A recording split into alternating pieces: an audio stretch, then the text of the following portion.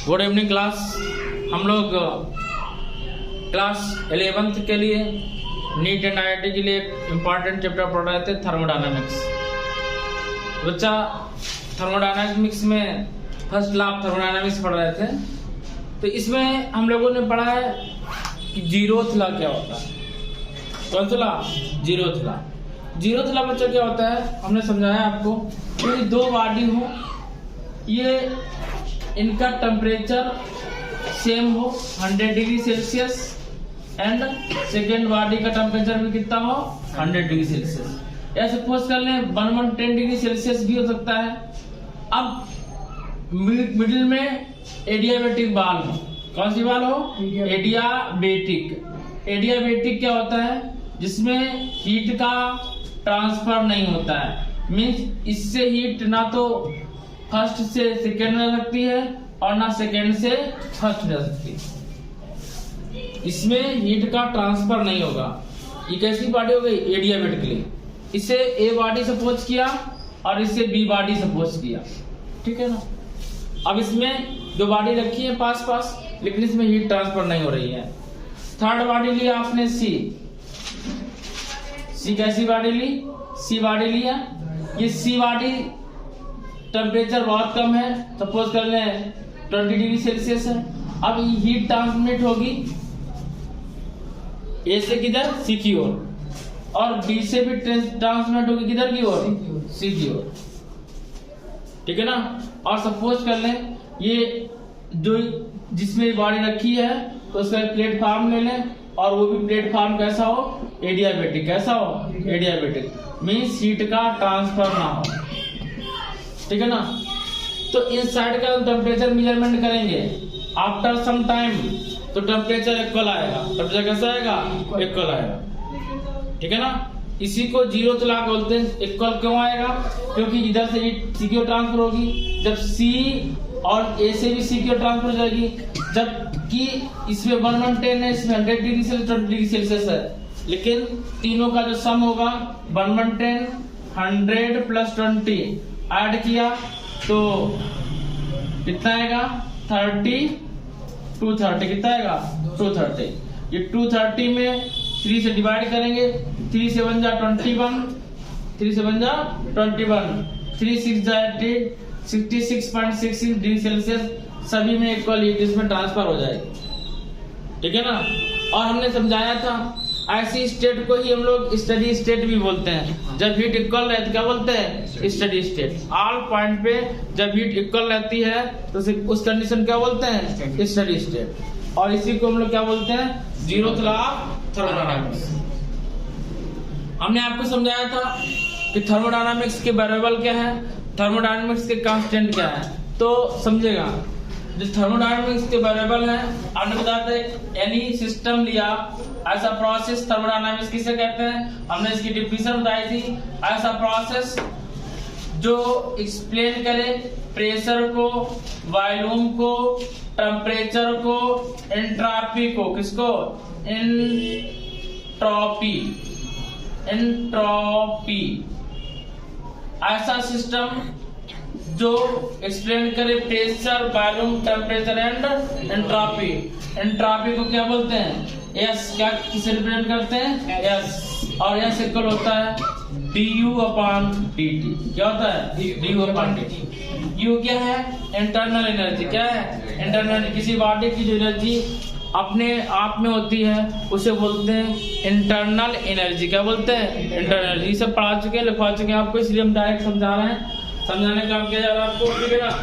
अब ध्यान दीजिए बच्चा, कोई गैस सिलेंडर है। गैस सिलेंडर क्या कर रहा है? इसमें गैस के मॉलिक्यूल्स हैं। क्या है? गैस के मॉलिक्यूल हैं। मॉलिक्यूल्स मींस कण। जब गैस के कण है तो गैस क्या करती है? वॉल्यूम घेरती है। क्या करेगी? वॉल्यूम यानी कि स्थान घेरती है, ठीक है ना, स्थान लेती है। क्या हुआ? आ रही है। अच्छा, ये नहीं आ रहा। तो ध्यान देंगे गैस के मॉलिक्यूल अपना स्थान लेते हैं। जैसे कि 15 kg गैस सिलेंडर है तो उसमें आप 20 kg गैस नहीं फिलअप कर सकते हैं।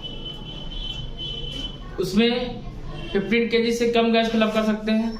गैस के मालिक्यूल ऑलवेज मोशन करते हैं तो उसमें टेम्परेचर होता है, जब टेम्परेचर होता है तो उसका प्रेशर इंक्रीज होता है। क्या इंक्रीज होता है? प्रेशर। तो किसी भी गैस सिलेंडर में यानी कि किसी भी थर्मोडायनामिक्स में प्रेशर वॉल्यूम टेम्परेचर होता है, और एक चीज और होती है, क्या आती है? एंट्रोपी। हिंदी में बोलते हैं इसको एंथैल्पी। क्या बोलते हैं? एंथैल्पी। प्रेशर को पता है सभी को, क्या बोलते हैं? दाब। क्या बोलते हैं? दाब, आयतन और ताप। क्या बोलेंगे? ताप। तो बच्चा ये हमारे वेरिएबल थे ऊष्मागतिकी के। इसके बाद में जो इम्पोर्टेंट टॉपिक है उसकी हम बात करेंगे, work done due to thermodynamic system. चलेगा work done due to thermodynamic system.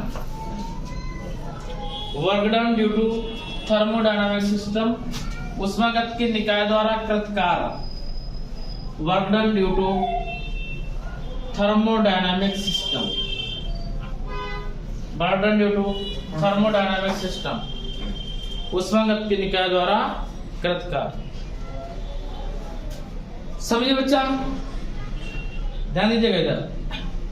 देखिए गैस सिलेंडर था, प्रेशर है, वॉल्यूम में टेम्परेचर है, सबको पता है। ध्यान दो बच्चे इधर। इसमें F फोर्स से पिस्टन युक्त सिलेंडर है। कैसा है? पिस्टन लगा हुआ है, F फोर्स लगाया, इसका जो क्रॉस सेक्शन एरिया है A, कितना? A। पिस्टन पहले इस पोजीशन में था, यहाँ पे था, ठीक है ना।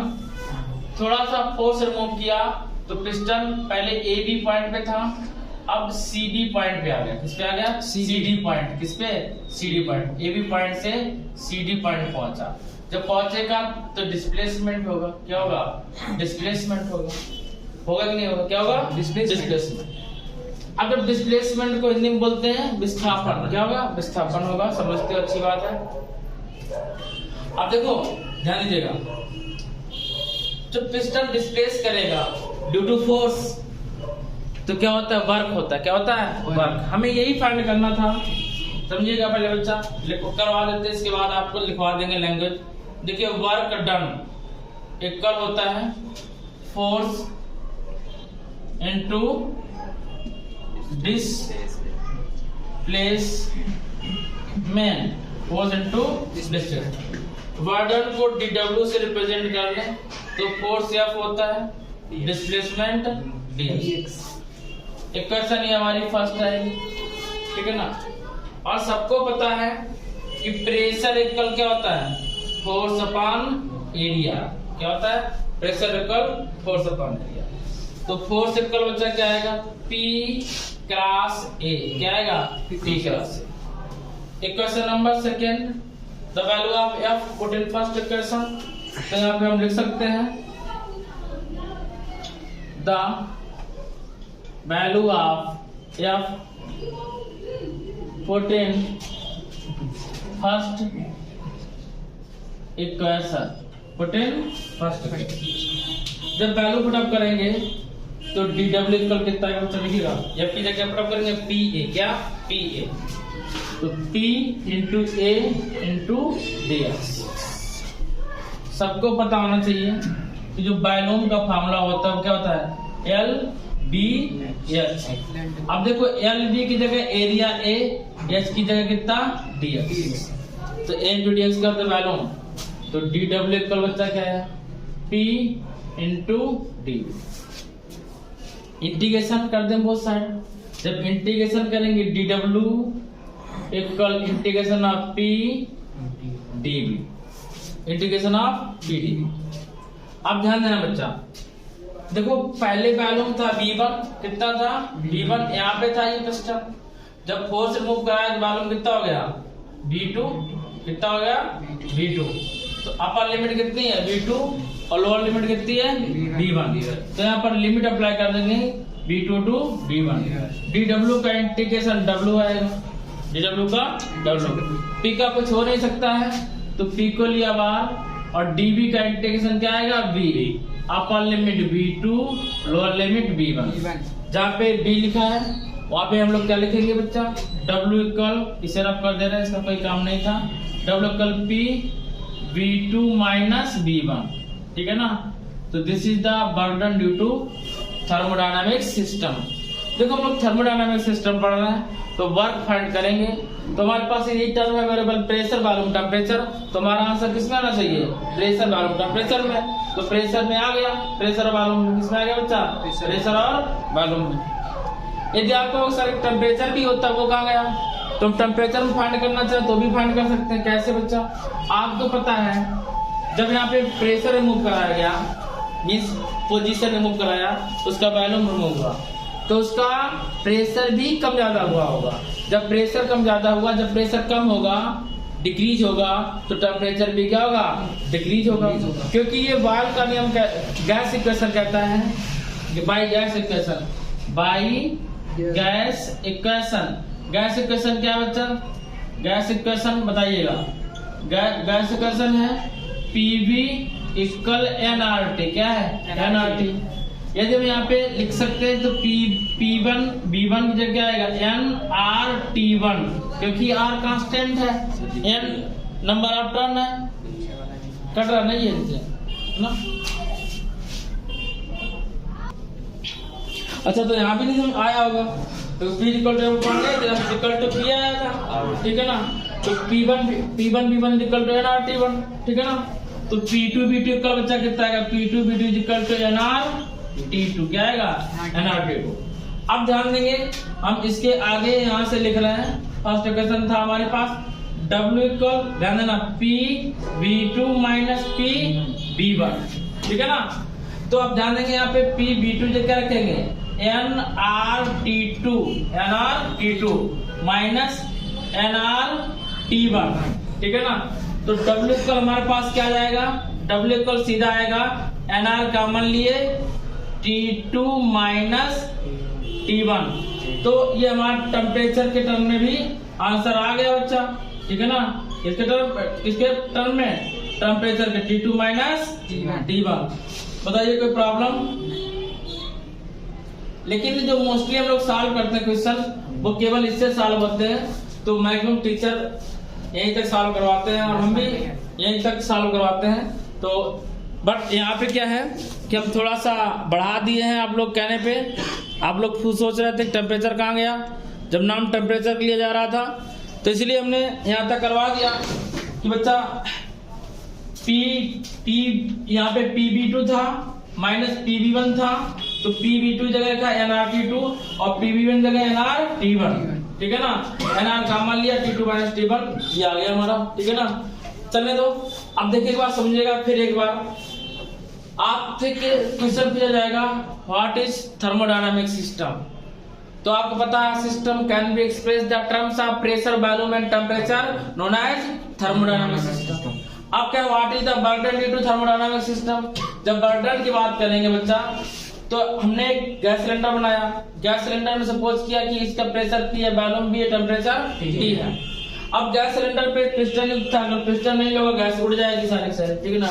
तो गैस को उड़ने नहीं देना है, क्या लगा दिया गया? पिस्टन लगा दिया गया। अब पिस्टन क्या कर रहा है? पिस्टन पे फोर्स लगाया तो पिस्टन नीचे को दबा रहा है, क्योंकि गैस का काम होता है कि गैस के मॉलिक्यूल ऑलवेज मोशन करते हैं। मोशन करने से टेम्परेचर इंक्रीज होता है, टेम्परेचर इंक्रीज होने से प्रेशर इंक्रीज होता है, प्रेशर इंक्रीज होने से गैस बाहर निकलती है, ठीक है ना। तो इसमें भी गैस बाहर निकलने की कोशिश कर रही है, लेकिन हमने क्या किया? फोर्स अप्लाई कर दिया और बहुत ज्यादा फोर्स रख दिया, तो गैस यहाँ इस सिलेंडर से यहाँ से ऐसे नीचे की ओर आ गई, ठीक है ना। जब नीचे की ओर आ गई, थोड़ा सा फोर्स रिमूव कराएगी, गैस फिर कहाँ पहुंच गई? पहले AB पॉइंट, जब कहाँ पहुंची? CD पॉइंट पे। जब CD पॉइंट पहुंची तो इसमें डिस्प्लेसमेंट हुआ dx का, और जब फोर्स यूज हुआ, डिस्प्लेसमेंट हुआ, तो क्या होगा? वर्क होगा। क्या होगा बच्चा? वर्क होगा। हम लोगों को पता है कि burden is equal to force into displacement, तो dW is equal to F into dx। और हम लोग पता है कि P इज इक्वल टू कौन होता है? P क्या था? प्रेशर है। P क्या है? प्रेशर। तो यहाँ पे कल क्या आएगा? P इनटू A आएगा। क्या आएगा? P इनटू A आएगा। इक्वेशन सेकंड से F की वैल्यू इक्वेशन फर्स्ट में पुट अप करेंगे F की जगह, तो F की जगह रखेंगे PA dx, तो क्या हो जाएगा? dW is equal to PA dx, ठीक है ना। अब हमको पता है, हमने समझाया था आपको PA dx आया, हमने आपको बताया कि वॉल्यूम फाइंड करना है तो LBH क्या होता है? वॉल्यूम होता है। क्या होता है? LBH का मतलब ये है कि L इंटू B क्या हो गया? एरिया हो गया।